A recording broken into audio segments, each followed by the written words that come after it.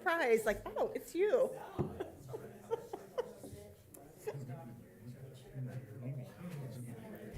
I'm all ready to go. Well, a little bit, but it's more for me to learn from them what they know and don't know yet. Yeah, from the journal, but she.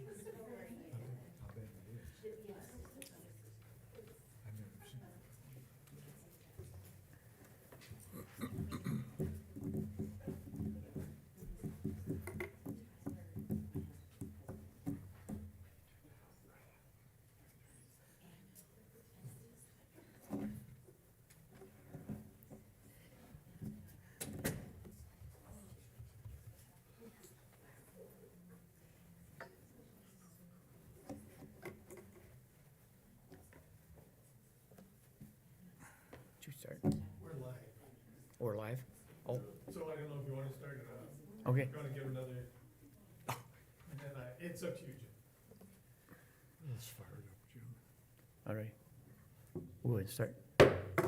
I call this meeting to order and would like to welcome everyone joining us that are here and by live stream. We thank you for being here. Hopefully the rest of our board members will be here. The purpose of this work session is to receive operational reports from the administration. We will begin with the Head Start governance, leadership, and oversight capacity screening. Kathy?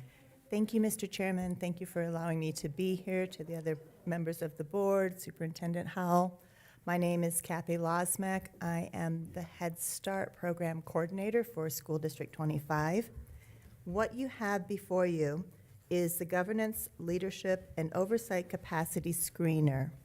This screener is completed once every 5 years at the start of a new program project period. Now, technically, we are just in the middle of year 4. We have next year will be year 5, and then we'll be coming back to do this with the board chair. But for today's purpose, we are using this tool as part of our self-assessment process, since 3 of our board trustees are still relatively new. This will allow us as a program to see how each of you understands and how familiar you are with your role as a member of the board and the oversight that you have of the Head Start program. So at the end, I do have an assignment for you to do, just to give you a heads up. I'm just going to walk through it to see if there's any initial questions as to which ones you'll want to look at and if you understand what they're asking of you. So on page 3, number 1 refers to the governing body has the required composition, and then it identifies those particular areas that they expect members of the board to have. In this case, because you are elected to your positions, you then will note down below if the composition of the governing body does not, then must consult or use consultants within the district to fill those roles of expertise.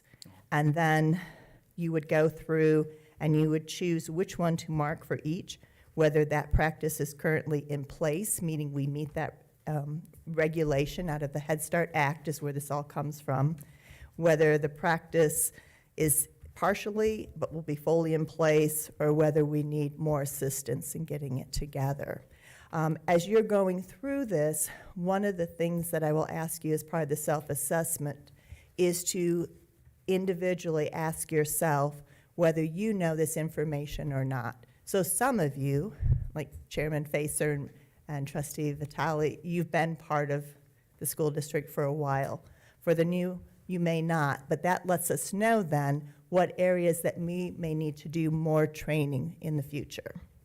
Is that understandable enough? Yep. Okay. The next one is number 3 on page 4, and that refers to whether or not you receive ongoing training and technical assistance. Number 5 looks at the following responsibilities that are expected of all boards of Head Start grantees.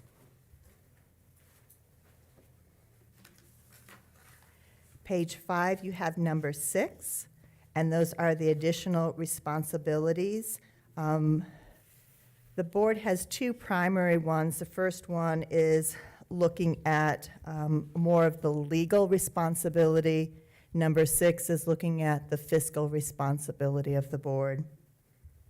Then number 7 is where the governing body is engaged in reviewing and approving, and then it identifies separate items that are things that should come before you as far as board action items or business. That finishes on 6, and then the next one is on page 8, which is number 10. And these are the following reports that the governing body is to be able to receive, but also if the format that is used is useful. Then the last one is on page 9, which is number 1. And this refers to the annual report that our Policy Council program puts together for the board, and whether all of these items are addressed in an annual report. Do you have any immediate questions on what any of those are asking of you? Not this quickly. Okay. And for a couple of you, I'll get to see you tomorrow at the school. So you There may, you at go. that point, say, hey, what about this one? So again, your assignment is to go through each of those that I identified, and for you as an individual member of the board to check where your level of understanding is. And then, So we put our name on this? Is You it know, identified? I would not necessarily need a Oh, name. okay. It just will let me know as a total unit, which I would expect. We have some who are still kind of here and some that are up here, just because it takes a while to learn all the ins and outs. Sure. And then when do you need this? So if you would then return them to Renee by the end of this Friday, is that too soon, or is that okay? Homework? Homework, I know, I love it. I don't usually get to do that for the board, but no, like I said, we're doing our annual self-assessment, and Policy Council also will have this activity at their upcoming meetings. On the last page, on page 10, there's also some boxes, so if you had any further questions, it would be good to know, and in that case, you may want to put your name down there so I would know specifically to address those questions too. But that is the end of my report. Okay, thank you So very I much. look forward, The financial part, and we have Jonathan. yes, see, look at, she's got that one. Will not start panicking. All right, so I look forward to reading your responses. Thank you very much. Thank you. Okay, next on the agenda is federal program budget report will be presented by various directors.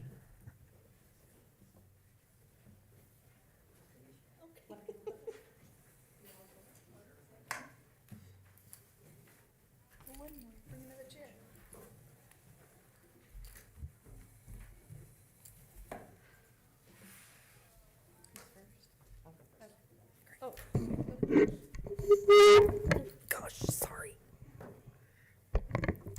Hello, thank you for having us today. So I'm going to go over the Carl Perkins grant. It's federal money that comes in for CTE pathways. And it basically is, Just a minute, page 3. oh, So sorry. we're gonna go, I guess they're just determining the order. Oh, no, The way actually, they're sitting, it's- by way of. oh, your it's on agenda. this. It'll be quick. Oh, sorry, Amy's supposed to go first. I just jumped right in there. I was so excited to talk today. Oh dear, okay. Well, mine's quick, like one page. Anyway, ours is, the Carl Perkins grant is broken into 4 categories. The first one being salaries. And so we can take I think it's 5% of the total amount, and that would offset my salary. And then we pay for teachers to go out and do workplace learning coordination with local businesses. We have so many teachers with so many different variety of jobs. opportunities that they have all of those companies on their TAC committees already, their technical advisory board. So we pay them a stipend to be able to set those work experience up for students. We also put in professional development so that teachers can go to specific conferences for their program area. And last year, we sent a teacher to New York to go to a conference called Windows Wear. And it's all the big windows on Fifth Avenue. And they tour them, and then they go to the fabric market, and it was fantastic. And, you know, that's because we were opening that new program this year. We're looking at equipment to get a new 3D printer for our engineering program and to replace some of our oldest welders in our welding program. And then for supplies, this is how we keep replacing our business CPUs, our computers for kids to learn Microsoft. We're getting some fire turnouts. Those are the uniforms that they put on. And in welding, they need a specific sink for that shop. So we'll be purchasing that and some weights for the fire students when they're practicing, you know, on that stair climber. They put on so much weight so they know that they can actually do that. So the grant this year, which we don't have really any control over how much money we get, it's based on those 4 things that are out of our control, but this year it was $217,000. So that's it for me. Thank you. Could we ask you, for those that don't know, would you introduce yourselves as you? Oh, I'm sorry. So I'm Rhonda Naff, CTE Administrator. Okay, and I'm Janelle Harris, Interim Director of Special Services, and we kind of have been over this budget, but I'll briefly go over it. So our allocation for our school age budget is $2,681,000, and our allocation for preschool is $128,920. It's kind of a convoluted, complex formula. But there ended up being no carryover from last year because we've had to contract outside of services for so many things that kids need, like speech services and stuff. So funds support salaries and benefits. For some of our SPED teachers, mostly we pay for paraprofessionals out of our budget. General fund picks up the majority of the cost for us. There's a little bit of money for PD and supplies. We do have a private school allocation of $5,621, so we document how much time we're spending with private school students, and then we submit that, and the budget gets adjusted based on what we submit. Can you tell me what page you're, Doug, page We 5. start on 5, I'm sorry. like scrolling all over, so. Sorry. Page 5, very good, thank you. And that's all I have, actually. Now, Start again. By the time you got to Now that I'm. I know, I wasn't seeing the right numbers. I'm Amy Bowie. I'm the curriculum director. What page? Page 1. Is there an addendum or is it just page 1? Just page 1. Okay, so I am going to be covering the Title IIA teacher quality budget.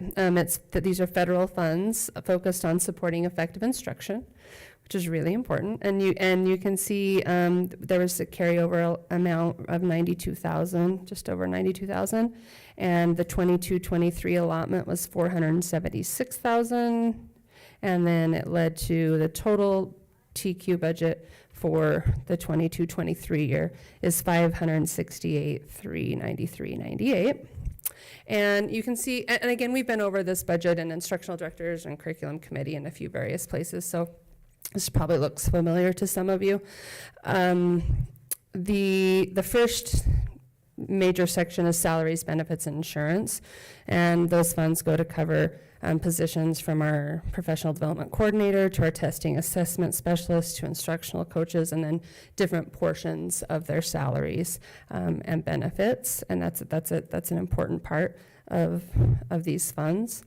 Stipends, these are huge. If you look at, I will make a clarification because so the 42,000 under stipends, that's for instructional camp facilitators who lead those instructional camps for English, math, grade level meetings that they have monthly. The entire amount is $135,000. Only $42,000 comes out of this budget. The remainder comes out of state PD. So we just use this to kind of balance the budget. So $42,000 of that amount comes from federal funds. We also have some trainings for ELA and math facilitators that Kathy and I, when we're working with those facilitators of those instructional camps, that goes towards that. We have miscellaneous stipends and mentor stipends for teachers and principals and new teacher orientation stipends. Down under instructional salaries for $3,000. This year we're paying a teacher to do professional development, literacy in the content areas. It's Meg Fleischman from Century. I don't know if you know her, but that's a phenomenal professional development. And as a building principal, I got feedback on some of these trainings, and those new teachers love that training, literacy in the content area. Another one, and this is, I think this one might grow, these technology courses. Janelle Arvis and Heidi Baker are our district and technology coaches, and they're trying to build capacity in our buildings with technology without the leadership stipends that were taken away for our building technology coaches. And so they're finding creative and innovative ways to build capacity in technology. And I would like to clarify, Oh. taken away. Let's clarify taken away. Superintendent Howell. So because the state reallocated money Yes. to the insurance, then they did not allocate that money to To that. districts for the stipends for leadership. Correction, reallocated. That's what he's so good. And so they have been really creative and innovative in finding ways to build capacity with technology for teachers. And so those courses have been well attended. Again, positive feedback about those courses, and I would not be surprised to see that grow in the future. It's a prediction I Can I have. ask a quick question? Sure. So you're saying the 42,000, and maybe Carl, how does that compare to previous years as far as making up for what? So the 42,000 and the offset? Out of this budget as opposed to the 93,000. I don't know the exact numbers off the top of my head. What I do know is when I went through this budget with Chuck Orr, in like the first weeks, he said this was pretty typical. So I would not be, that's something I can get back to you on, but I don't think it's I think it's pretty typical. Okay, thank you. You bet. And then on to the next page. There's a certain amount that we are told that we will allocate towards private schools, and that was 24,000. And then the total remaining, you can see the total remaining after the private school allotment was 183. And then there's a list of other things like PD support for non-Title I schools. So Title I schools, you're going to hear about that in a minute, but non-Title I schools still need opportunity for professional development and teacher quality. And so that 70,000 is divided between the middle schools, the high schools, and just the few elementary schools that aren't Title I. And then they use that money for their teachers for like book studies or conferences or things like that. And then as you skim down, more new teacher subs and materials, administrative training for project leadership. Administrators attend. I attended this training. Project leadership is a 3-year commitment, and it's very valuable leadership training that we have about 5 to 7 administrators a year who participate in that. Then there's some elementary district needs, secondary district needs, subs for district curriculum committee. National, I like this one, I think this one's important. National conference presenters. In addition to supporting our teachers in attending conferences, we have money set aside to support our teachers who are willing to provide training at national conferences, to put on seminars and sessions, and we really want to emphasize that. We think that's important. Superintendent leadership, and you can glance through the rest of those, college credit reimbursement. And so unappropriated is $897.88. Because you went quite fast. Oh, The sorry. unappropriated elementary PD dyslexia in parentheses, is that because of the new? That's just a what if. That was what Chuck and I talked about, what was coming. And we just decided to leave a little bit of money out of this budget for dyslexia training and professional development. And again, we're still waiting on the state board and the State Department to figure out and make final decisions on what that training is going to look like and when. So that's there. Hopefully they give us a deal, because Stacy told me it was $10,000 a person. Oh, boy. Yeah. I'm like, 8,000? Oh, Not a that's really small. So that's my report, Title I. Hi, I'm Raina Patterson. I'm the Federal Programs Coordinator, and I'm going to go over the federal programs that I oversee and the budgets associated with that. This is my first time going through this. I'm new to this position, so stop me if you have questions, or let me know if you'd like to see something more specific next time. For Title 1A, it's our largest program. Page 4. Sorry, I just launched right in. It actually is not a projected budget. This was final allocation for Title 1A, just came out last week, so 2.9 million. The allocation goes to different programs, so we spend 11,000 on Bannock House for a tutor there, after-school tutor.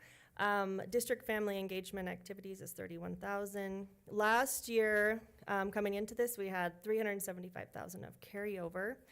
We do professional development, curriculum, technology. We have 462,000 that's allocated to that. And then the funding that attached to students flows to the schools. So administrators are able to make decisions that are relevant to their staff and their students. That's 2 million. Title 1D is for neglected delinquent. That's 139,000. And that goes to YDC, the Youth Development Center, and JDC, the Juvenile Detention Center. So JDC has a larger budget of 107,000, and YDC is at 32.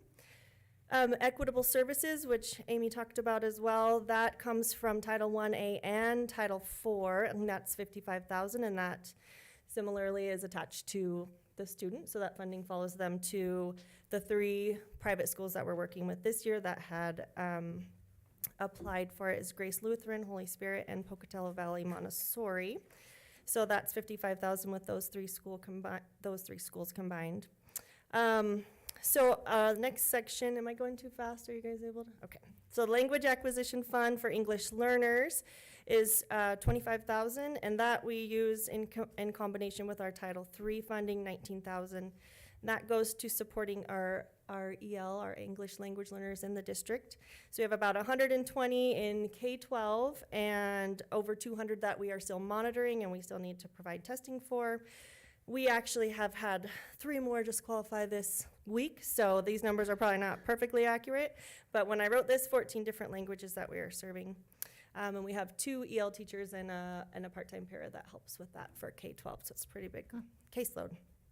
Title 4 is student support for neglected delinquent as well, and that's 291,000, and that supports the registrar, split-coded registrar at New Horizon. It had gone to their chief turnaround officer. I know some changes were made with that administratively. The YDC, they have a para there that helps with instruction. The DARE summer program, which I know was really effective last year and seemed amazing. 2 community resource workers and a behavior technician. Title 9A, so the rest are all affiliated with our with either homeless subgrants or McKinney-Vento funding. So I kind of put those all together. So 9A is the homeless subgrant, and it was just $12,000, and it was really allocated for professional development for our CRWs. They were able to attend a conference this year and last year, and they're going to come back and be able to share some of that with our administrators. The Title I McKinney-Vento homeless, $65,000 for pantry supplies. Every school with a CRW now has a pantry that can be accessed by McKinney-Vento students and the general population, covers CRW mileage, and then salaries for one of the CRWs.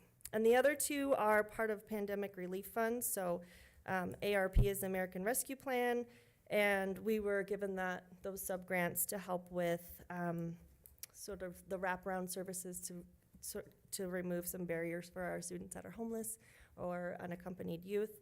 So helping with, it goes towards pantry items, it goes towards helping with transportation, anything that students need that we can help them be successful in school, we kind of pull from that funding. Can I ask you on Yes. that one, the housing rental assistance, is it actually helping them to get like, as far as, like, not down payment on a house, but like, as far as like signing, you know, I have to pay, I don't, Vouchers. what is it called when you Probably have, vouchers, aren't they? when you when you first sign a lease? Yes, it can go to any housing assistance. It's still really difficult to find. That's one of our greatest challenges is finding housing that's stable and affordable. But it can go to housing assistance, it can go to helping pay bills with housing. So we try to utilize that as much as possible and at least get families started with that. And then kind of pull from community agencies, and we are so lucky to have some amazing community members and agencies that will help out in that area. So really, when I say wraparound, it truly is a joint process with our community members and our school and our staff. So that's really cool. Yeah. I had a question on the carryover in the first one. So that, what that's saying is that was what was not spent last year, and you'll Correct. reallocate it this year. I mean, that's a Yeah. big chunk of change to have not It- spent. It is a big chunk of change, and I'm not sure that I can speak directly to that since I came in a little bit later, came in July. So if anyone can help me out, that would be great. Here's what I know and all my expertise is that in my account, I don't know about yours, up to 25% can be carried over each year in my account, and I don't know about yours. But So theirs is more, and it's been that way for even a decade or so. The state is encouraging us to get that spent down, and so that's how a lot of the, some furniture and some bigger one-time purchases were spent last year, and that we'll continue to do that to spend that down. But it can only be spent in that one row. It's not like it can be moved around. Okay. It's all very grant specific. And each of these federal programs do have specific expenditures that you can only tie to these programs. So you're pretty, sometimes it's not limited. There's a lot of funding, and we're so lucky to have that. But it does have specific. But on the same token, are any of these underfunded? I mean, we don't subsidize in any of them from our general. Yeah. I do, our English language program I think is really underfunded. It's really difficult for 2 teachers to get, serve K-12. But it's based on numbers as well, so that's understandable. Maybe Jonathan can- Yeah, I was pointing to Janelle. Yes, in the special ed IDA Part B, we have what's called maintenance of effort. So we spend several millions of dollars from our general fund, which is required for our portion, our local portion, to support the special ed program. So there is definitely talk that is underfunded. Because that formula has not changed in forever. But yet our numbers have increased. And then we have to watch that carefully, because if we overspend, then the next year it's expected, or the district will pick that up. I see. So that is And correct. then we Yeah. could possibly get less So it's money. kind of at the minimum that the district covers those expenses, because otherwise that financial Goes away. obligation will be placed on the district from there Are forward. those special services coming out of that, like the, speech therapy, and so it's like you have to. Right. That's why we always ask for the legislators to consider the funding formula and that special education Yeah, allocation. Yeah. yes, and for improve that. counselors too, right? Would counselors be included in that? No, Oh, they're just part of FTE or Okay. regular certified staff. but the others are the ones that we're talking Anything about. special education, yeah. Thank you.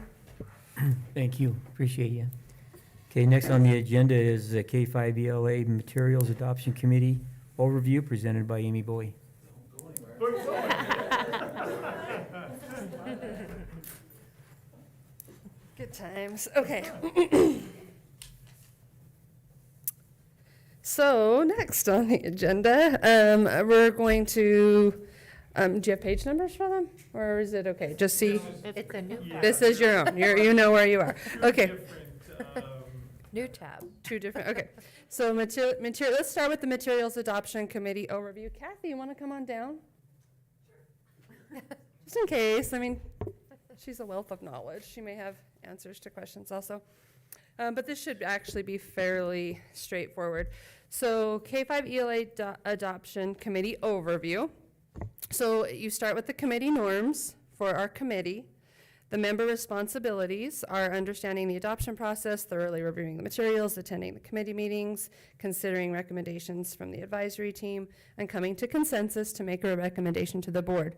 Our meeting timeline is under that. We did, this isn't included on your meeting timeline, but January 5th, we did meet with the advisory team, and it went really well. We did their orientation, and there was positive feedback from the teachers about it being informative and focused and kind of creating a cohesive, unified message. So we will take that same message and present that on the 12th, maybe just tweak it a little bit because there's parents on that, to meet some of their needs. Can I say on that one? I was at that and it was so good. Thank you. So well done. I really, really enjoyed it. I actually really enjoyed it. Thank you so much. So it was very well done. Thank you. Thank you, both of you. So then there are the follow-up dates for meeting timeline. The next page, we have the committee members that the board appointed. And those are the names of the parents. On the left, there are 2 alternates that will be participants, but they will not be voting members. And then there will be educators from the advisory team, and their names are there in their positions. And again, the one thing we probably should bring up is that we have a proposed committee chair selection process and criteria. We decided we probably needed a committee chair, especially since that person will be bringing, that committee will be bringing a recommendation to the board. And so this is what we decided, or we're recommending. The committee facilitators will call for nominations for committee chair. Committee members will submit nominations based on the following criteria: prior experience or background in an adoption process, and willingness to be the spokesperson for the committee and present the recommendation to the Board of Trustees. And we'll just take nominations pretty similar to how you come up with the board chair. And then that takes us into our procedure changes.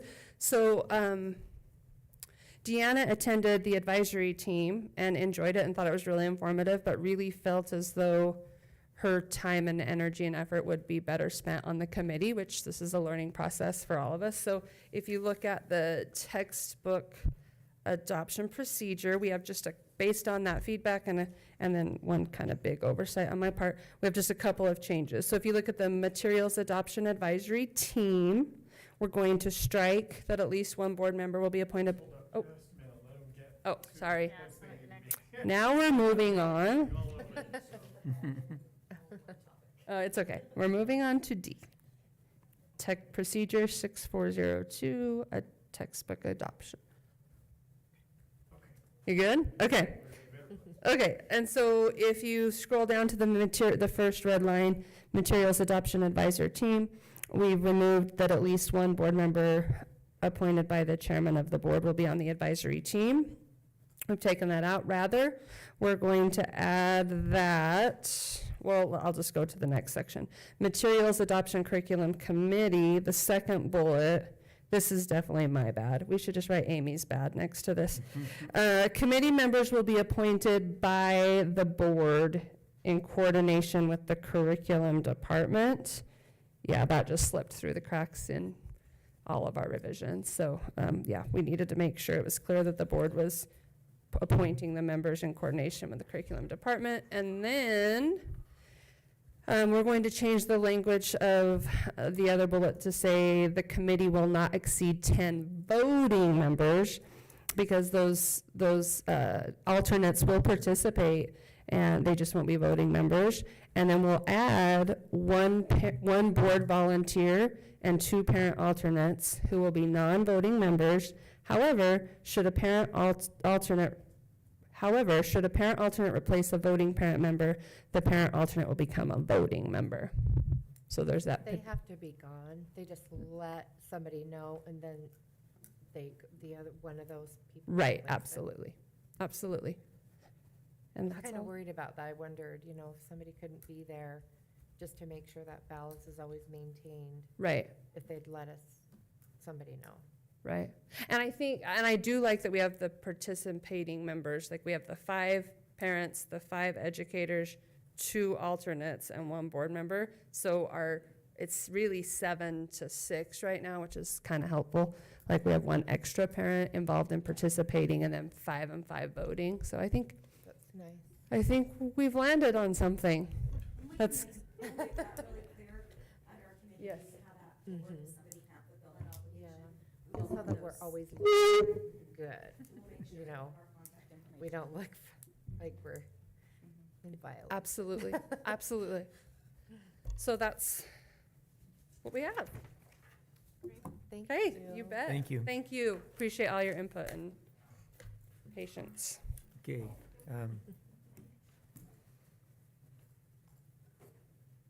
So we went both of those, okay. So next on the agenda is the PV, Pocatello Valley Tech updates, which will be provided by Jonathan Balls, Sue Pettit, Courtney Fisher, and Kevin Catfield. I'm glad you're gonna explain this Hey. right. Kevin's not here? So, Okay, we'll excuse We Kevin. are going to begin this by looking at the document that's in your board's work session packet for the logo selection. Just walking through, the logo development process began. They all have it on their computers, anyone at home can Yeah. access the board agenda that way. So we're on item E, and then if you'll go to PV Tech logo memo, yeah. So that presentation begins with that memo to the board, just kind of walking you through the process. So the process began with a conversation with Dr. Howell and I, and then I moved that to a meeting with Rhonda, just to get an idea of setting those goals and objectives for that branding. And so just so you know that the designs were inspired by that interplay, the Portland Valley Tech, the name, gave us a real opportunity to play with those, interplay the letters with the P and V and the concept of pathways, which was really important. The design element that could be potentially iconic or an emblem on its own, you always want a logo and a brand to have something that can stand alone as well as be recognized with the full name.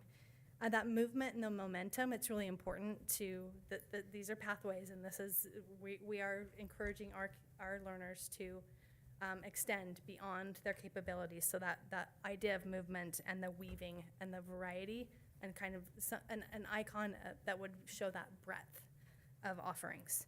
An icon of achievement or a badge of certification that would symbolize education really led the process. And then that connection again of connection, pathways, exploration, taking flight, which has been a theme for us this year, and achievement. These logos were designed so that emblem could stand on its own without the tagline and the full name, or all as one seamless package. As you look through these, and I'm sure that you've already looked through them, but as we go through them together, I want to just encourage you to understand that design can be subjective.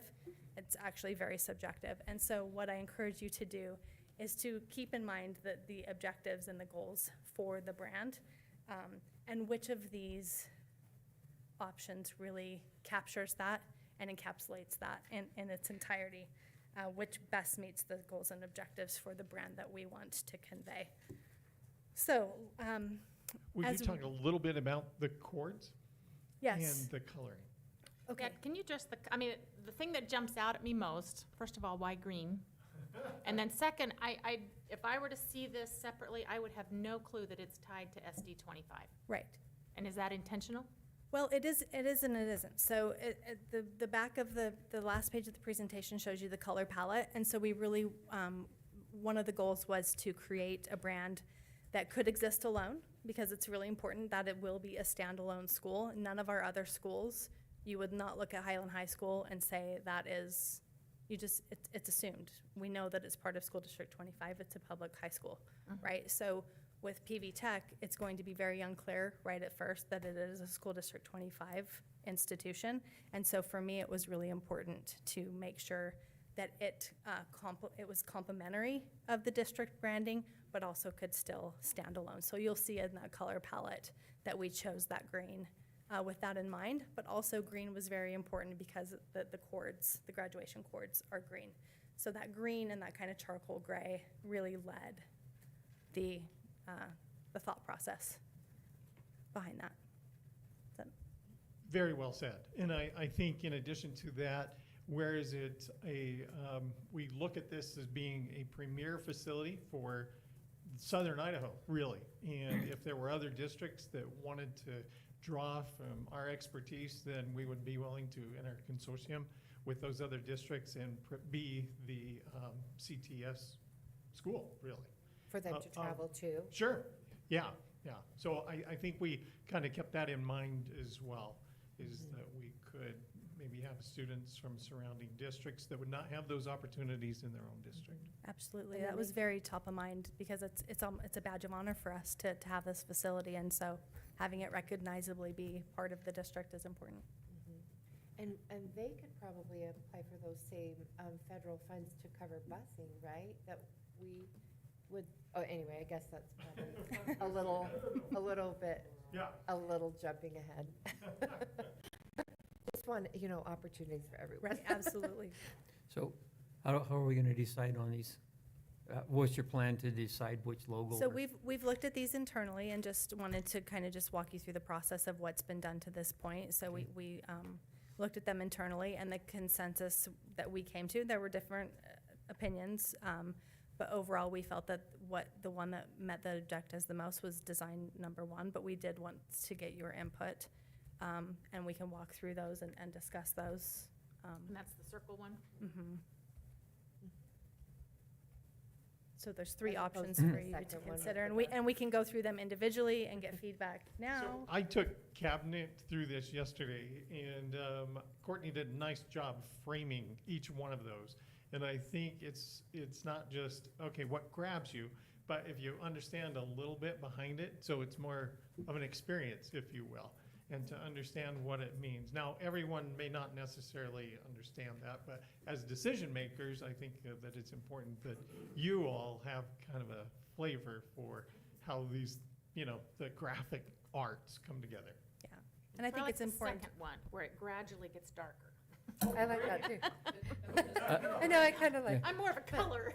I like the second one too. good with Yeah. whatever you. That was Right. my, Well, let's go through them one by one, if you don't mind. So the logo design one, the logo rationale is really to give you insight behind the designer's thought process, taking all of our direction for the logos, and coming up with different concepts, and then really conveying in words what that logo should convey. So PV Tech is more than a school, it's a community, and the circular shape enclosing the letters P and V symbolizes the embrace of PV Tech's career campus.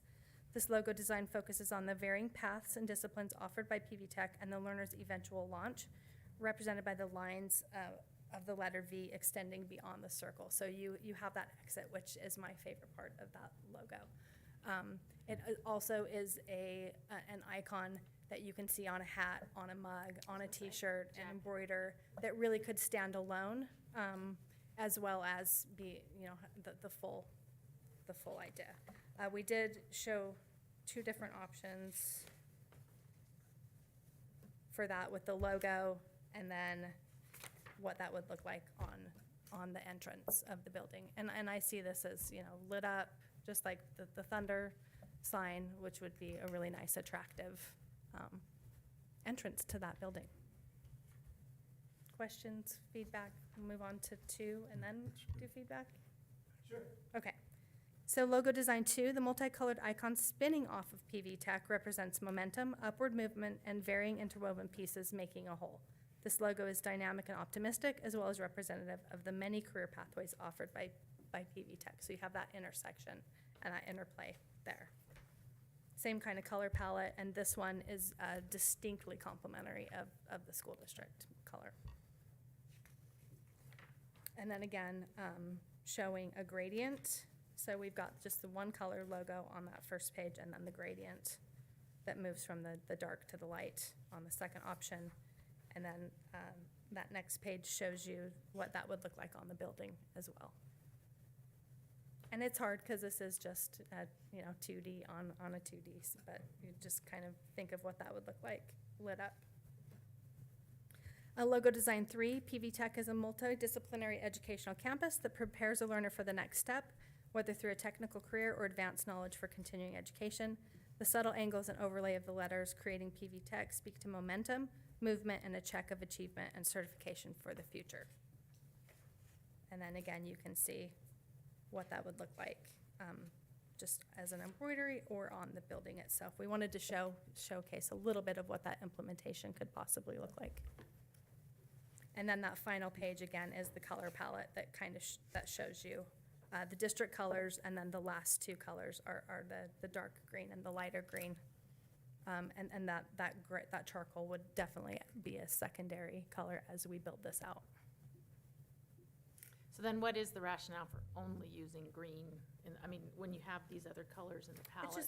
It's just a complementary, so like, if you look at our logo, gray is not necessarily part of the district logo color palette, but we have used, and as we've been building that brand out, we've really relied on gray because the logo looks so great on that, not a black background, but a really dark charcoal background. So we see that this offers the same opportunity. If you look at a charcoal hat, that green really comes off and plays nicely off of that, or a mug. I think if I recall, and Rhonda, Courtney, correct me if I'm wrong, Courtney had asked Rhonda, what is inspiring about career technical? And I think she brought the cord with her. Is that somewhat part of the narrative? Absolutely, yeah. And And then make, Oh, sorry, go ahead, go ahead. I just remember on the curriculum committee, when Rhonda brought that to the committee, she was taking and keeping in mind the different colors that already exist for different things. Absolutely. And not wanting to repeat. Absolutely, and that's what exactly I'm the sorry. point that I You was were just gonna going say to make was that this is very distinct from any other school. We've got green in a lot of schools, but it's a different green, and then the addition of that charcoal. So, and the conversation with Rhonda really led, I mean, she is so passionate about this and really trying to bring her vision to life. And I feel like these options all do that really well. In my opinion, one does it better than the others, but. No bias. No, but I objectively. Well, I love your taste. so. in my opinion, okay, I really like the looks of number 2 because it's got some extra color to it. But I never thought about the idea that you had on number 1 where you have the logo that you could just put on your hat or on Right. just the round. You wouldn't have the whole thing all written out. And You wouldn't have to, or we've got some ideas where you've got the PV right here, and then you have PV Tech embroidered on the brim, which is kind of a new modern way to approach a hat. And honestly, looking at it from a student's angle and what the students will get most excited about, I think is also really important. And so that led kind of our decision-making process as we were making a recommendation. And you could do the logo on the front and then PV Tech on that back. Absolutely, or on a shirt where you just have the PV here and Mhm. the whole name spelled out. Did you play I with like it. the green turning into blue and purple on the circle? Like going from green to blue to purple instead of just all green around the PV? Oh, like that star, but using it in the circle, the same, Mhm. like that. Oh, yeah, interesting. You're talking on number 1, right? Right. Yeah. I like this because it's already got a lot going on that. I think that would, I'm not sure. It's not something that we've played with, but could be.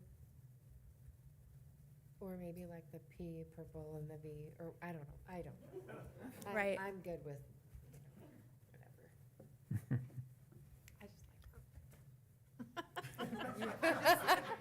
More than just green. No, I completely can see, and, initially, as I was scrolling through, I thought the hash, would be a great logo, but again, if you don't know what that is, it wouldn't be recognizable, whereas your first one with the PV in it, you know what that is. So Right. you've convinced me. Because I was looking for color, I was looking for more of the blend of the color somehow. I guess that's what caught my eye too, was it? is- And as you I build like it out, like, that logo. really, our schools are mostly two-color. Yeah. And all have a really great identity on their own. And so it's really difficult. So like, if you don't do this as a habit, to see, but once you start building it out, it's like, I joined the district right when we were launching the More Together logo. And we've built that out in so many unique and distinct ways since we launched it, that it really is kind of exciting to see. So adding other colors into that scheme and approaching that in a way, but you still have that one Right. definitive icon is really important. Great. And less is more a lot in most branding. And what's your opinion between the first and then the gradient of the same? I could go either way on that.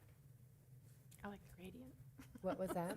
The gradient, just some variety, just Mhm. something. You like the In- gradient? the second Is that what one. you said? Mhm, yeah. I kind of do too, but I'm not gonna. I think, So great taste. are we voting on that tonight? Just share, I mean, we didn't put it for action or Okay. anything, but if you give us your feedback, then we'll. I go like from slide number 5. there. So with the gradient, I do. Yeah. That's mine. What do you guys think of it, though? I like it too, but what do you guys think? oh, yeah. Which one? You talking about number one? Yeah. Number one with the gradient? Yeah, so With what? page 5 in the. Oh, did you say Oh. slide 5? I did. Oh, Slide okay. 5. Okay. Yeah. Slide 5? Yeah, Okay. slide number It- 5. And when we looked at the slide where it Oh, I was see. all one color on the building, Courtney and I were talking about it, and I said, I would like a little variation in that. It Mhm. just, and so, That dark just kind of accents that tech. It's yeah. kind of nice. I don't know. So I think we. Yeah, I could go like either way all on of it, those. so. We also tried this on the building in just a green to gray, like a purple. metallic. So this lends itself really nicely to just being a metallic sign elsewhere too, if you were gonna do directional signage. And so there's a lot of what you call with branding legs to this one that you can, doing vinyl on a wall. There's just so many opportunities to build that out into a really neat brand that people will get excited about. Mhm. Maybe if we ever get shirts, maybe Heather's could be purple with the green logo. Green and So purple. she I can like it. add that in. Because we certainly appreciate it. No, this is great. This is exciting. Yeah. This is really exciting. Okay, well, thank you. So where are we gonna put this sign? I mean, it's on a building, but there's a lot of that building. Right. Right under the door, On the, over the door. That's next, okay. what do you think? I was just curious. I'm liking You like that? What do you think of that? No, I think any one of them really. You're more than welcome. I thought they were all. Okay. Okay, so for my portion, I wanted to, there's no handout for this, just wanted to kind of give some nuts and bolts on what we've done in that building. Our maintenance department, technology department, our folks there have worked very hard in that building to get it where it is. For example, just the simple things of replacing the locks. We had to clean some heat exchangers, which helped bring the boilers back online as well. We did have to replace the main fire panel. Oh, really? That was actually having a fault, yeah. And so technology did a great job. They've actually cleaned up the wiring and identified all of these Cisco switches that Allstate used, but we do not. And so it's our desire to ask next week to be able to sell those, as there's a little bit of value in those. And so we'll bring that next week. The internet, we've identified where the fiber needs to come into the building, and we know it runs down Hawthorne. And so we have a company, even next week, is going to look at how to bore under. The difficult part is just that the catch pond, the wildlife, yeah, right in there, how to get across right off of Hawthorne. But they've done it there before as well. Back on with maintenance, we have looked at some of those controls, and it is our desire to be able to upgrade those to our current system, our ALC, which is our automatic logic, so we can be able to control and monitor that from everywhere, so all of our buildings, and this building would be standard. And there's money in the budget for that. It's not cheap there, but it does provide just a huge amount of control. I remember, wasn't that about $1 million for that? If I remember right. Overall, that's what we were gonna spend on this, but this portion is about $265,000. Oh, for the.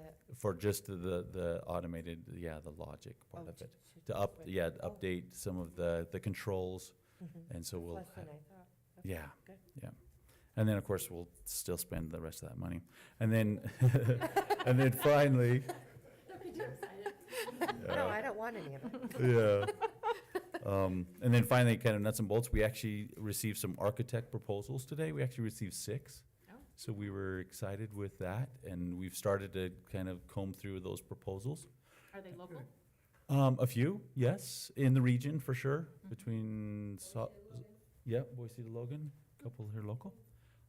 So we'll have that recommendation for you next week as well. So this is kind of a, So does, this, so we went to the movies over the weekend. We have trailers parked on the parking lot.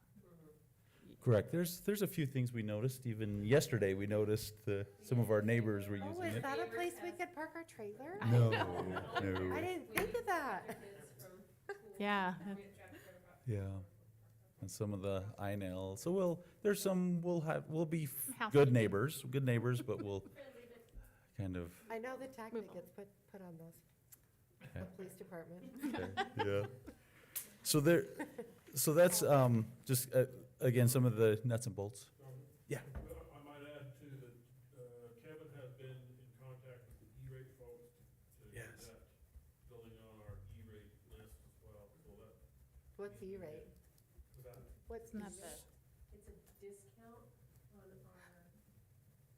So from the, so from the federal government, it's from USAC, United States, and it used to be that we used to get money for cell phones, but of course that is, and telephones, but that's gone away, and now they focus on broadband infrastructure, WAN and LAN. And so, yeah, that's a good thing, because right now we're enjoying a huge discount on our current internet, and obviously we want to continue to get those discounts for the new PV Tech building. Great. Okay. The last thing for me, and then Sue will kind of jump in between here, and this was in your addendum. I don't know what it So was it's- entitled. E, and it'll be possible options for PV Tech and other district facilities. Okay.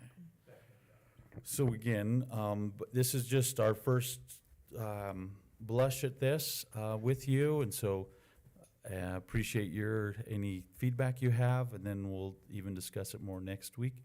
Again, some of the guiding principles. Again, we want to just prioritize the benefits and positive impact to our learners and to our staff. Obviously, we want to be good stewards of all of our physical assets, that we can maximize the growth potential in all of our buildings. Leverage cost savings, of course, is very important.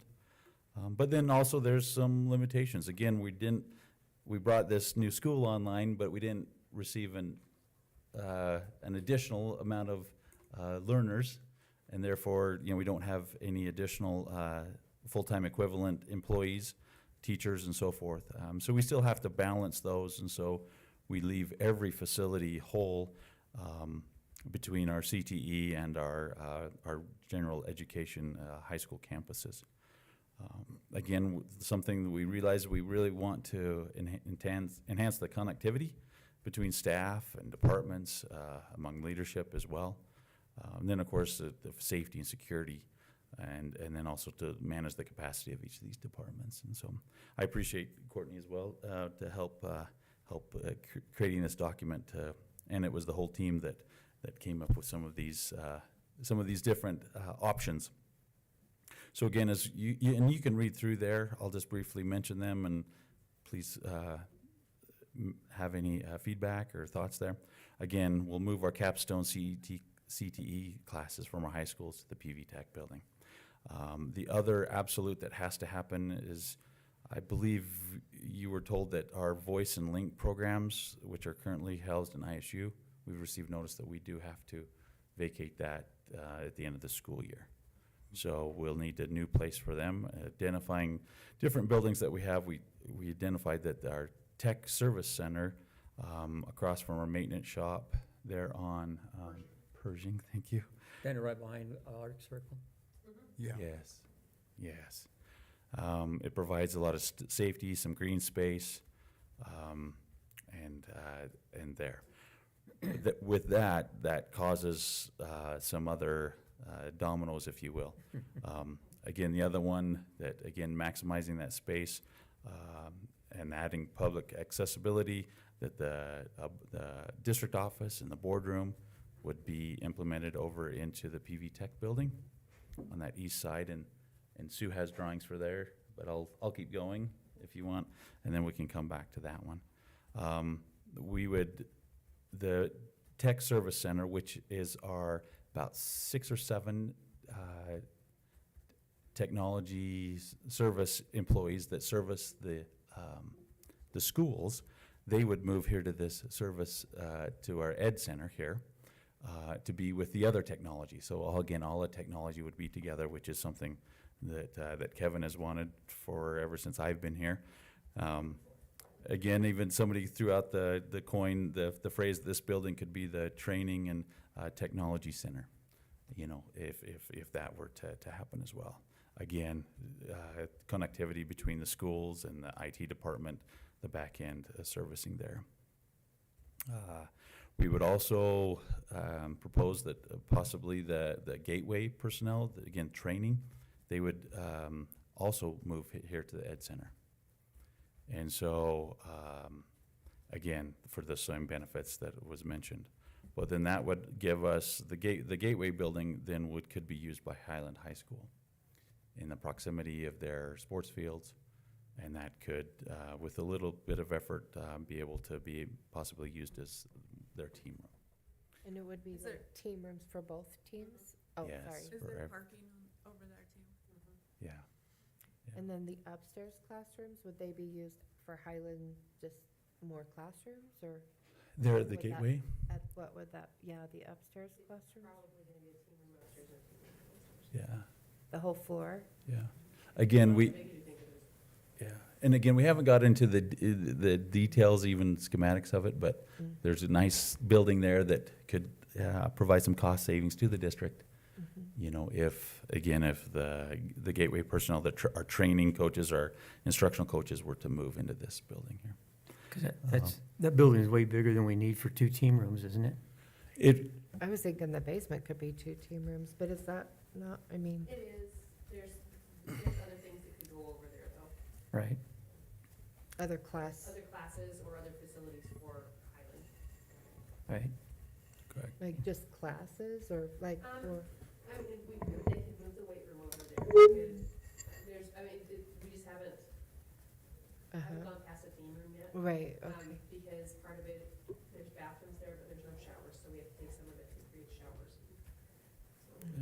But then you've got the welding room at Highland that would essentially become open. Exactly, Not yep. yet. The weight room. Yeah, not yet, that'd be your phase 2, absolutely. I'm just, it's Yep. like, there's space to do things in that building for Highland that it's getting very tight in Highland right now. So the only thing that I struggle with here, Mhm. and I know this is gonna fall pretty heavy in the room here, moving the district offices. I Sure. cannot tell you, the public perception of that will be a huge blemish. We have created this school to be CTE and to be the premier CTE location. You move the administration over there, it'll look like you bought the building for yourselves. And I won't support it.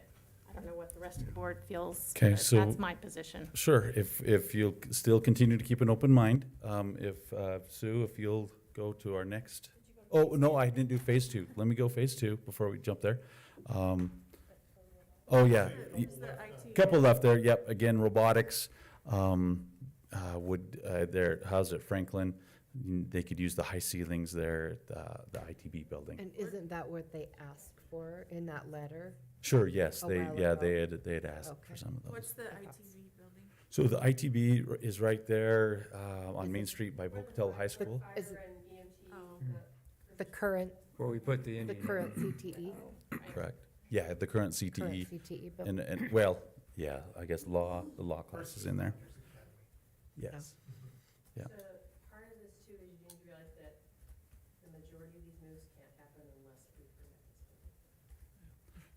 this. So to finish on my can I finish on mine and then we'll jump to yours real quick? Just, Courtney, because again, it is fairly important, again, using phase 2 would be a kind of an outbuilding or a different building there, probably on the west side, down the Hawthorne side again.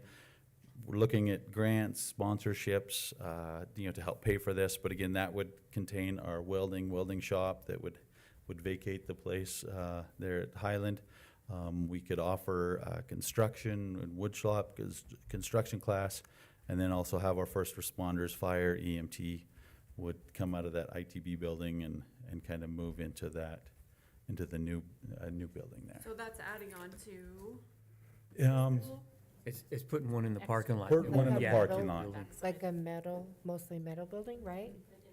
Correct, yeah, But we'd maybe with a make it little look bit of good. Brick on the front. Correct, or yep, a to painted make coat it or look, whatever. make it look good, to complement the PV Do Tech we building. have a construction class right now? Not yet. That would be cool. We used to have That one. would be really cool Yeah. to have that. Yeah. I wish it was there, yeah. I was wondering, I've thought of this because I think it was mentioned before, to move the instructional coaches instead to the PV Tech. Instructional coaches? They would take up more space than the district offices? Just as if we didn't Are do the you district talking about offices, the is what I'm saying. Or if moving the tech services over there so that they could be used by the CTE programs as opposed to, Oh, yeah, we had talked, somebody had mentioned that as well, so that they could actually come in and maybe observe, I don't know. Somebody So, had mentioned that. we could definitely house someone there, one possibly staff member, to assist with the CTE building as well as any administration, if that's something we were thinking. But generally speaking, technology services would be better for this building in terms of receiving, staging, and distribution, because everything comes into the back dock. Otherwise, you'd be moving it 2 to 3 times but isn't that more. something we saw even up at K-Tech where they had that place where kids, I mean, you would be able to have some of the students participate, Oh. obviously, I'm way out of my league describing what this. Oh, plan- I don't know. participating in it. So, But having- yeah, there was a computer repair, I think, in one semester, and then they talked about networking as far as like semester 2 Oh, or yes. whatever, terms they use to describe their time. But, yeah, so that was, And using our not-so-busy technical people as instruction. no, and again, that's where Jonathan introduced this. I think if we just that take you over. back to our human resources are limited by the number of students that we have, by our enrollment. And so unless our enrollment grows exponentially, or even over time, which it could, and certainly the moves that we've been making help us to allow for that expansion without bonding for, say, a new high school, putting that off for 6 or 7 or 10 years, who knows? And so this gives us more capacity at Highland. Of course, we have the new addition at Pocatello High School, then the career technical facility. So all of that lends itself to expansion and growth for sure. But until that happens, and another thing that we can't do is pull all of the CTE teachers out of there, because otherwise we don't have any electives, because those are prereqs to get into the capstone courses. And so otherwise we'd be left with fine arts. I mean, here's the Yeah. other problem, and I mean, I can appreciate that of where our situation is right now, but once you give up space, getting that space back as the We're going to CTE take a look at it programs- if we could. This is probably a nice segue into, there is in this batch another attachment. And so there was the floor plan and there is the layout floor plan. And so I think if we could just have you take a look at the floor plan. The first one? It's the last one. It I doesn't only say see addendum. one. The one with Yeah, so there's drawings one in that it? says layout, and then there's one that says just floor plan. And it'll have black boxes on it. And Sue can take you through this, and just give you some idea of how much space. And Rhonda could also talk about those conversations that she and Sue have had about, programs and staff and resources, et cetera. But yeah, just to give you an idea of potentially what exists for CTE. And this is a multi-year phase-in, I would say. Just one, because of construction certainly, but then being able to pull staff from existing schools, that's going to be, not difficult, but we'll have to manage it carefully. Do you think we'll be able to increase the number of staff because we'll be getting grants, but also increasing programs? Like, we don't have an automotive right now, but We maybe don't, could and you know what, our potentially get numbers just do not warrant that, because our automotive program, we watched it over a course of years, and we were down to, it was less than the teens.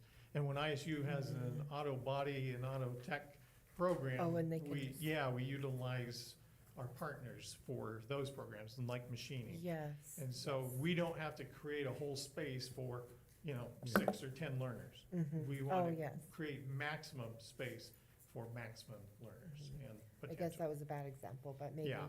other programs that we don't currently have. And I think there are a couple that we're talking about. So Rhonda, if you want to come up too, maybe swap out with Courtney, would that be all right? I'm just like, Sure, "No, I'm yeah. good." And then she could answer some of these better than I can, for sure. So Sue, they do have this Sure, one they up, do have though. this one, yep, and drawn as is, there's 17 classrooms.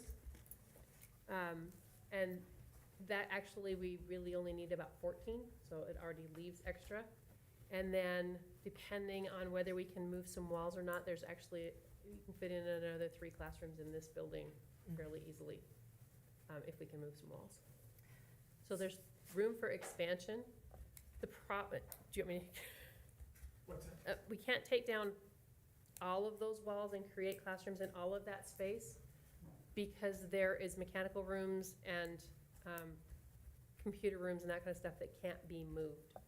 So we can't take down all of those and create classrooms in that entire building. Could they potentially be offices for the teachers that work there? We don't, none of our teachers have offices.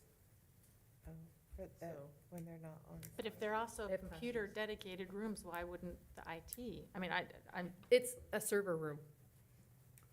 And It's where they it's have all loud. the equipment in there. All those servers and all that stuff that we've been through. You Yeah. remember? I mean, I took the tour. Okay. It And doesn't, we will, put our, Kevin's bought that and is configuring, our switches to go in there. We don't need as many as they, Add. as they had, but we still need that. The other one has the roof access, that stairs up into the roof. Has to keep that one as a custodial, I think she called, janitor room. Roof access. oh, Okay, that's so you a- added 5 classrooms on the north side? Is that what I'm seeing? Correct. I had asked about this before, about leaving 1 or 2 classrooms vacant for visiting, possibly visiting ISU professors or, Well, know, so possibly in the future if there's a program that. just this number of classrooms leaves some empty classrooms. I think you said, is it 3? Mhm. The 3 There's empty classrooms? 3 right now, and there's another opportunity for 3 more classrooms in here. Mhm. So there's also that center part between the 2 sets of classrooms Mhm. is, right now, we're looking at as making it, for lack of a better term, a maker space or just a large space. So if we have guest speakers that need to do presentations to more than 1 class, they can set up in that big open space. Mhm. and from there. And then we're leaving 6 little, well, right now, leaving 6 little offices on the north side of the kitchen area. For. Where's the kitchen area? Is that The big weird room? shaped room. Okay. For like ISU, if they want to come down and talk to our kids, or we have trades that want to come in and talk to the kids. Department of Labor, So kind of like an interview room, so, I'm sorry?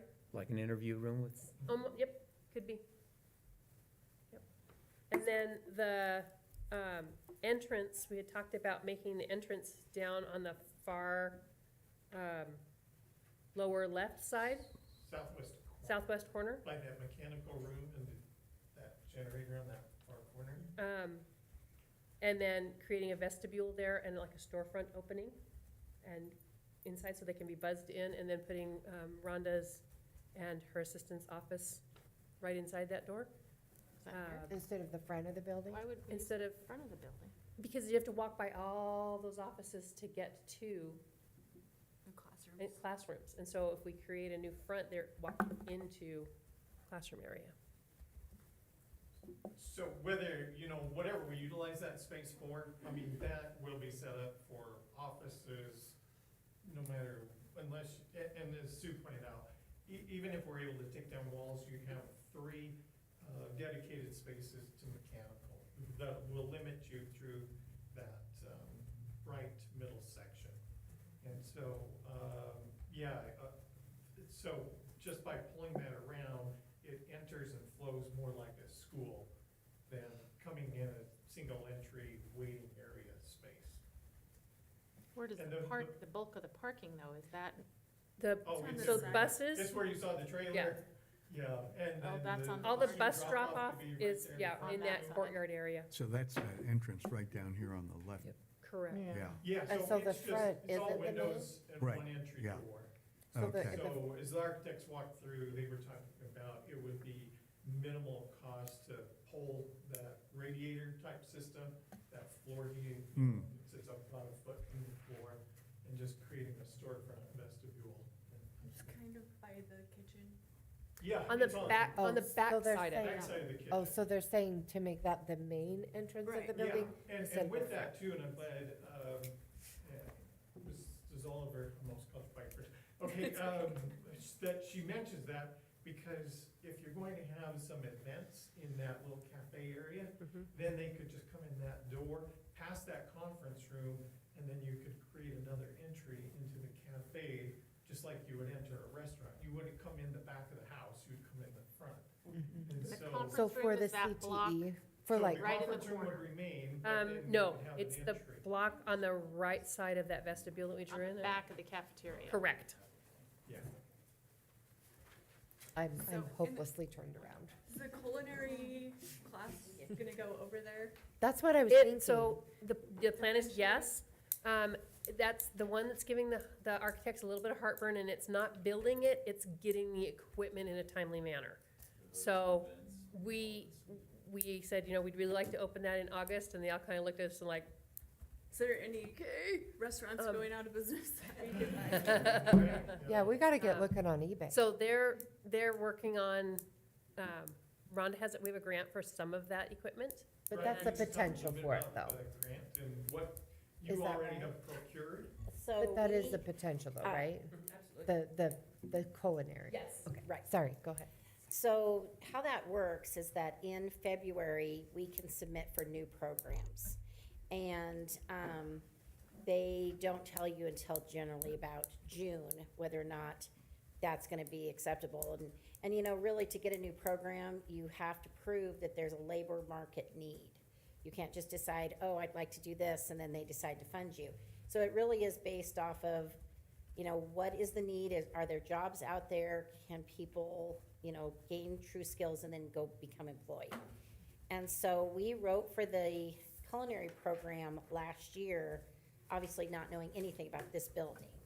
And there was a grant called Building Idaho.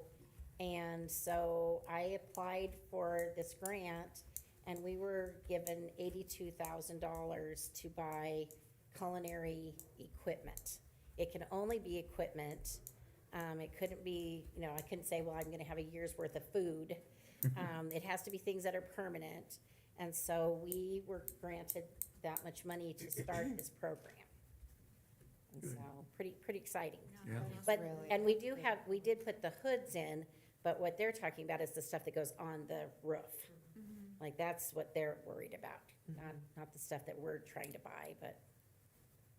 Ventilating. The venting Mm-hmm. and the fire suppression. So here's another question. Has the possibility of moving the Link and Voice program over there come up? It has. The what? The voice program, program, Oh, putting it there where you then have, Explain what that is. Yeah, I know, can you explain what that is? I know Not what exactly what sure. I so the was voice told. is the special needs Just bring your. students. Yeah. grab the mic. That's good. I'll talk loud. Is that loud enough? No, You're- probably not. Oh, you're recording. I forget we're live, sorry. Okay, so we have two different programs for our 18 to 21-year-old students that have an alternate certification or alternate graduation requirements met. So we have our 18 to 21, there's two different programs, and they have been housed at ISU, which has been really nice because that's their age-appropriate peers, is that college level, classmates, but they're not, but they're more secluded. They're in the Albion Hall right now, if you haven't been there. So those two programs teach functional life skills. They go out and they do jobs. They work out in the community 2 days a week. Then they bring in like lunch with a cop and lots of other activities with the community. The whole idea is getting them ready for adult living in whatever capacity that would be for them. Career training, They could hop over and take one of the classes. or vice versa, but anyway. So as we looked at the possibilities, what we would have to do, and that's why we were thinking the Technology Service Center, because I don't know if you've been around Pocatello long enough, that was the first alternative school that was housed there. And so there is a campus on the backside with green space, and that's what we're missing if we went to ITB, if we went to the PB Tech. So they need some green space to do a lot of their activities. And so that's missing in the two commercial, well, not commercial, but the two other properties that we looked at. Do you mean green space as in like a football field or as in like activities? They have like- chickens. Well, Oh, yeah, okay. that- I didn't know like. We what- don't want to what do you the mean by- farm-to-table restaurant method. That's not really what we're looking at. Okay. Anyway, yeah, so we thought about it. I mean, is it a possibility? I mean, I'm looking at that front area, and they could have their own separate entrance, they could have their own separate area. A bus pickup. Yeah, I mean, if they need public transportation, if that was even there still, I don't know. as we look at the architect selection for next week, we just need to be able to give them some guidance and parameters on what it is you want to see out of that building and what we can do with existing as well as new facilities. So that's what we were trying to do, is come up with a way to take the best advantage of the resources that we have. And it wasn't, and to say, oh, we need the brand new shiny. It just, what lends itself best and benefits students and staff across the district. That was our goal. So I want you to know that right up front. It wasn't, oh, okay, how do we put ourselves in the new building? That's not what we were No, I'm thinking. not suggesting that's what, Not at all. but I would like to see other options. Okay, all right. So we'll maybe get back to the drawing board a little bit and explore some of these other options. I think Courtney had a thought, maybe if you wouldn't mind coming up and just sharing kind of, and what I asked the group to do when we met is take into account or keep in mind perceptions versus practicality. And what's practical and reasonable and usable and takes maximum advantage of all the spaces that we have. And so we'll continue to keep that in mind as we're moving this work forward, definitely. I mean, unfortunately, the public doesn't think that way Well, in all cases, Well, in a lot of so, cases. Anyway, yeah, Courtney, So, maybe. if you- I approach all of these conversations that we have from a district level, even with public perception, and how do we convey that story then? So it's taking, and we're at a disadvantage sometimes because it's really appropriate, first and foremost, to bring this to the board before any decisions are made. And so that puts us at a little bit of disadvantage and behind the eight ball with Isn't the that public. opposite? Shouldn't it come to the board before a Absolutely. decision is That's what I made? just said. Okay, just wanted That's to what I just clarify said. that. Yeah. That's what I intended to say. Did it Oh, not come it- across that way? It came out the opposite.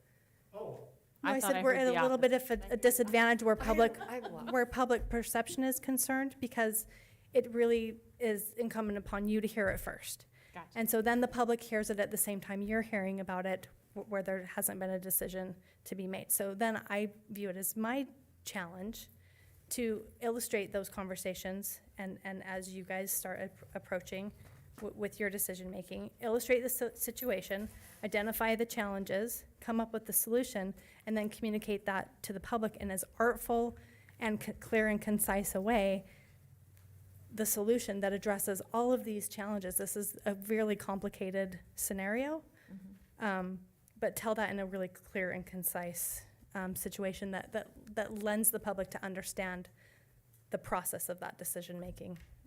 Does that articulate okay? So we're all on the same page. I just was talking about public perception because we've had many challenges over the past few years with issues. And part of that is just the nature of the way the school district is governed and decisions are made. And so then you have to really have a communications plan that follows and communicates how that process develops from start to finish. And they're complicated issues that not everybody is going to agree, but you still have to make the decision that's in the best interest of what's going to serve the school district the best, and communicate that to the best of your ability to your public and get them behind you. So I have a quick question. So if the district offices moved over there, it kind of needs to be separate from the school, right? So would you have the district go in a different door and then kind of have it sectioned off so With a that wall? we're not interfering with the students? Right, and learning. part of this too, right, early stages. I mean, so we toured the building, and I think we all had some ideas. Oh, goodness, yeah, I could see this happening and this happening. And so I brought Rhonda in early, and I said, I want you to think about this in terms of blending, a program, a school, and this, really, if you think about Renaissance High School, if you've been through there in the West Ada School District, and they have exactly this happening. And so it's a blend of the career technical with administrative offices. There's an opportunity here to partition off some spaces so that, they wouldn't interfere, but I see some opportunity for benefit as well. And that's why I asked Rhonda, I said, what do you see happening here if we were to even explore this as an idea? And I think initially, I'll speak for you, Rhonda, you can nod or smile or shake your head no, probably had some hesitation about it. And then as she thought more about it, she wasn't opposed to the idea. And then I asked her again last Friday. And because So I'm going to stop you there a little bit, Doug. I appreciate Rhonda's position. Yeah. But I think that's unfair to put her as the spokesperson for what's going to happen with this building. I mean, Sure. I think she can make her recommendations, but I Yeah. think to identify her as, and no offense to No, you, right, Rhonda. no, I mean, I just wanted to I know, appreciate her expertise in the program, but to put this kind of a decision on her shoulders, I No, think is not I fair. just want you to know she wasn't opposed to it. That's really where I was going. Okay. Yeah. So we, I think we've shared with you what we can. I saw some heads kind of moving, but if you'll just, Mr. Chairman, maybe help give us some direction. I think we've heard from a couple of the board members. If you would all like to see more possibilities, we'll, like I said, get back to the drawing board. What I'd like to know is if you're gonna put the school, if you're gonna put the administration over there, can you give us an idea of where and what that east end would look like? Or do you have any We idea? could do that, yes. Yeah, because I don't even know how many offices are in this. So in this, from the start of the warehouse forward, there are 33 people that could potentially move. Our technology group in that back corner, they're all doubled up in their offices. So if they were to stay here, they would each have their own space in addition to collective spaces. But Yeah, so it's about 33 with payroll, HR, accounting, and so forth. And is there a need for the IT to be close to payroll, accounting, administration? There's questions and, That 33 includes at least one technology person over that. But to answer your question, no, that, we don't have that interaction on a consistent, almost hourly basis. No. But we could look at the other possibilities of these moves that we've suggested. Can we incorporate them into that building if that's your desire? The rest of you have been mighty quiet. But like I said, I am firmly committed that this building needs to be dedicated to students only.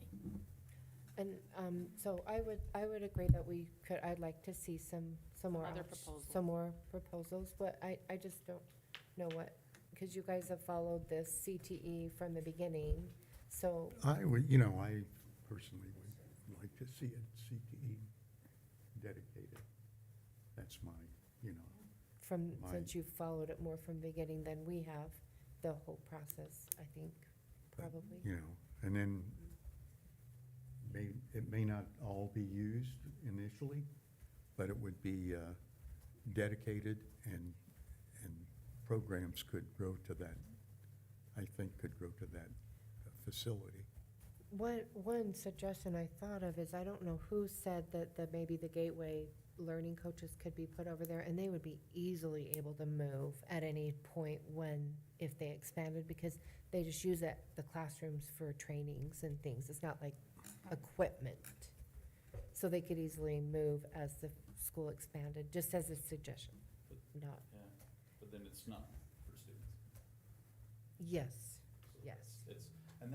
I guess my thoughts. Will you pull that mic over? Oh, yeah. And I guess that's my thoughts. Again, that would, to your point, trustee Clark, is again, that would not the first, moving the district office was not the first idea. It was one of the dominoes right in the middle that, okay, what advantages could be gained if the dominoes were to fall in this direction? Who could use this building? Was there any better uses for this building that the district office currently houses? And obviously, that's up to you. Is there? Let's set the dominoes up a little different. I need to see Sure, some other absolutely, setups. absolutely. Correct. And this was just kind of one, brainstorming, one path. And I if you will. appreciate that. I mean, obviously, there's some thought and Yep, effort gone into yep. this. There's no question, and I'm not discounting the efforts that have been done in that way. Sure. Let's have some other options. Sure. Okay.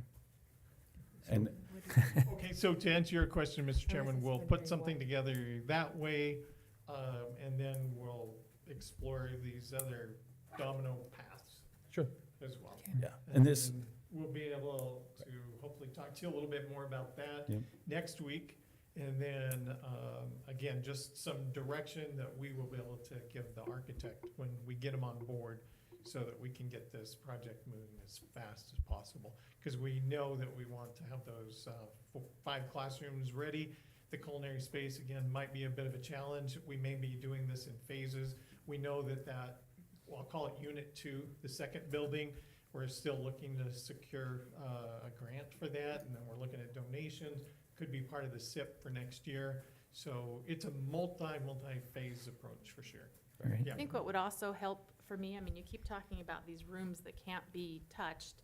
Is there some way to X You those bet. red or something? We'll mark 'em up for you. Because looking at this, Yeah, I can't 'cause tell it's- what. Oh, yeah, which walls couldn't be moved? Right, and What now we is- can do Right it here. like one time or Correct. twice or Yeah, whatever. that would be good to know which Yeah. walls couldn't be moved. Yep, that Yeah. would be helpful. You bet. We'll make That would sure be we nice. incorporate that. Because Yeah. honestly, I can't. Obviously really bathrooms understand. can't move, but there are these mechanical, it's just hard to tell from these what exactly. Yeah, Mhm. Yeah, if they're labeled, it would be better.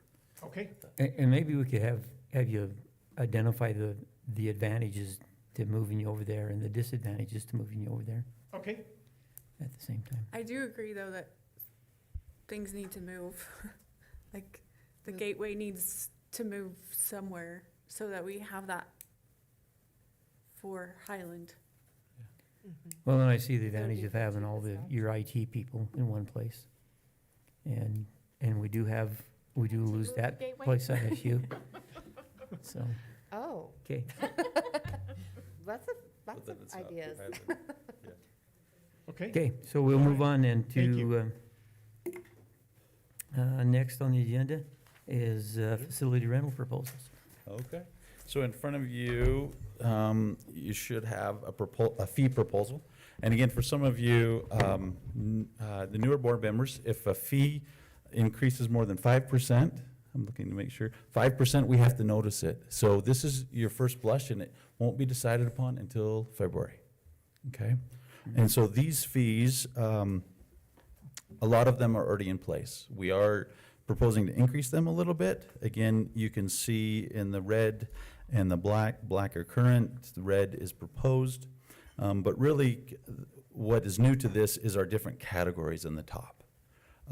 Again, category 1 are our events, Pocatello Chubbuck School District 25 sponsored events. Obviously, there's no cost to. Oh, I didn't realize that you wouldn't charge for like the turf. If it's obviously, we're not going to charge Pocatello High School to play on their field. Okay, yeah. It's okay, that one. makes sense. It's that one, right? I thought everything cost money, so.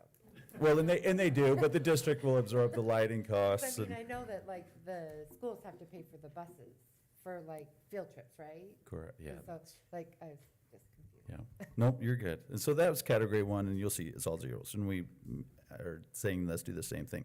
In category 2 are basically those nonprofits, so the churches, the civic, the city rec, anything that's of nonprofit that still uses our students, our learners, our athletes. Again, we would just charge a minimal amount, or mostly it's zero. Obviously, if we need sound and lighting, okay, we'd need to have somebody that's trained to do that, okay, so there's a cost there. Again, with the turf, we are saying that these are, that we are asking a little bit per hour there. And we have comparables to Rafson Stadium, which is also turf, obviously all the way up to Boise. And these are Madison as well, and these are lower than all of those. Okay, and so different, of course, the lights are in our stadiums, they cost money, so we're charging a little bit there.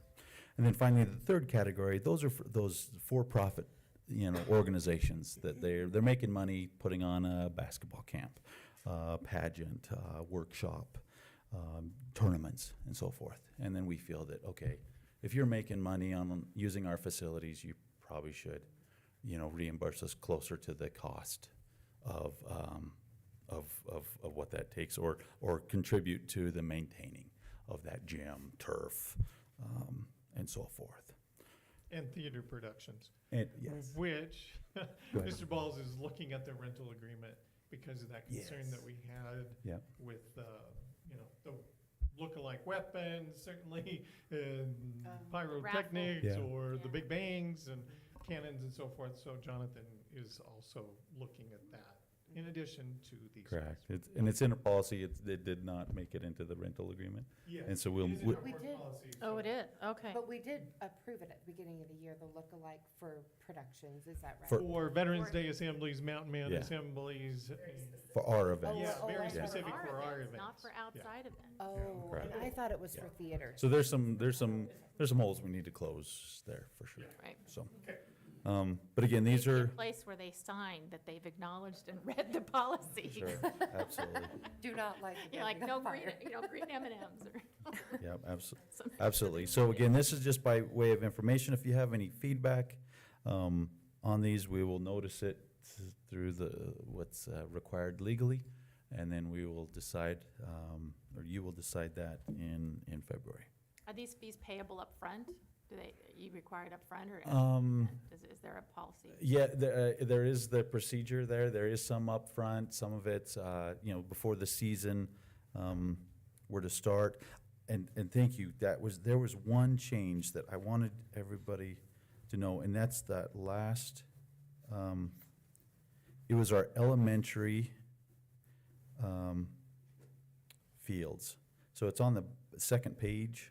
Oh, yeah. Elementary school fields, we have tried to have rentals on that, because that currently they would pay, upfront. Those that, You've tried to have, I'm sorry, I didn't hear you. You've tried to have what? we were trying to police or to schedule an elementary green space, really, right? Elementaries really don't have fields, they have green spaces. So you're talking about for like soccer practice? Soccer So practice. people can't Correct. just show up and practice? Correct. And that's what we're finding we cannot do. And so you'll notice there on that third column, even for for-profit, we are recommending going to 0 there. We cannot do just because it's. Some people follow the rules and they're paying hundreds of dollars. Some people do not follow the rules, they're competitors, right?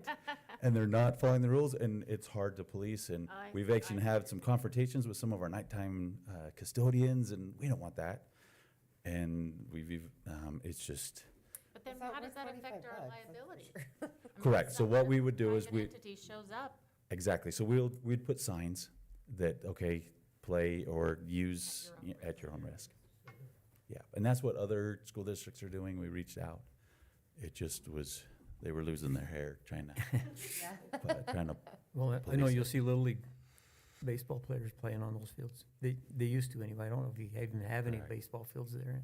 and it's in soccer, and even some of the clubs, they just said, find a space. Yeah. And most of it was fine, other than, okay, hey, I reserved Gate City at this time, and somebody came 30 minutes earlier and is practicing, and then there was some of that disagreements. And so for elementary only, all the other ones we can manage, secondary, so high schools, junior highs. so then we'll no longer be involved in the scheduling at all? Is that what you're? For elementary fields, correct. Doesn't that, Really? that Wow. to me sounds almost like a bigger scuffle? It- Then it's- everybody Like shows the up. Wild The reason it's, unfortunately, that's probably the reality, because again, there was really only one or two, maybe 2, 3 that actually came in, signed the rental agreement, paid their fees. Can we And, put a Wow. barcode then- on that, use at your own risk for the schedule? To a Google Docs? yeah. Whoever And- signed and up we- first? And we are, something that's been on my plate for several months is to get like a scheduling system, kind of like a VRBO type thing, and that these would, for our schools, that, okay, I'd like this field, okay, well, here's the cost, and here's the procedure, I need this, this much fee up advance, and Do so. we communicate with the rec center at all? I mean, because I would think that that's where people might think they go to schedule things. I mean, I don't know. I So mean, we have right. several All- all organizations, that, and but- post-COVID, there's even more. Yeah. Right, because everybody was shut up during COVID, and now they're coming out in adult flag football and several other things as well. So yes, Or we your have little several kid- contracts. Your little kids might show up and the Yeah. adults are on their. Yeah, and different clubs, soccer clubs, little flag football, they've, as you probably know, some clubs have come and gone, and then two people will try to create their own clubs and so forth. I mean, I appreciate an open community, but I'm in additional, I'm thinking not only the liability, but what about the trash and I mean, you have no one to, I guess, no one's responsible. Nobody, I please. don't know. Sure, gonna and be that, and really and that's hard. what's happened so far, You need- so that's what. It would be really hard for a coach to say, okay, 6 o'clock at this field every Pick up time, your, unless Fruit the big Loops. kids are there. Or and the adults are the big, Unless bigger someone mess. bigger than us is there. Yeah, no, that's, Okay. Well, I think shared space, we've been okay. It's just Yeah. been when we say, oh, I have a rental agreement, but you don't. But you, And who's going to Yeah. enforce? That's Right. really the bottom line. Correct. And Okay. if it's our custodians or our nighttime supervisors of custodians, because there aren't any other district personnel around. And so it'd just be like a summer pickup game, you just kind of have to work it out, people. And if the Gotcha. police are called, okay, then put they'll that work into it the out. mic. Oh, for our elementary Look at the camera. green space only. Yeah, so Yeah. that's, Talking to you. Yep, okay, sorry, that was a little bit length, I just Sorry. wanted to point that But we one will out. have our middle schools and our high schools. Correct, we schedule, that one's easier, little bit,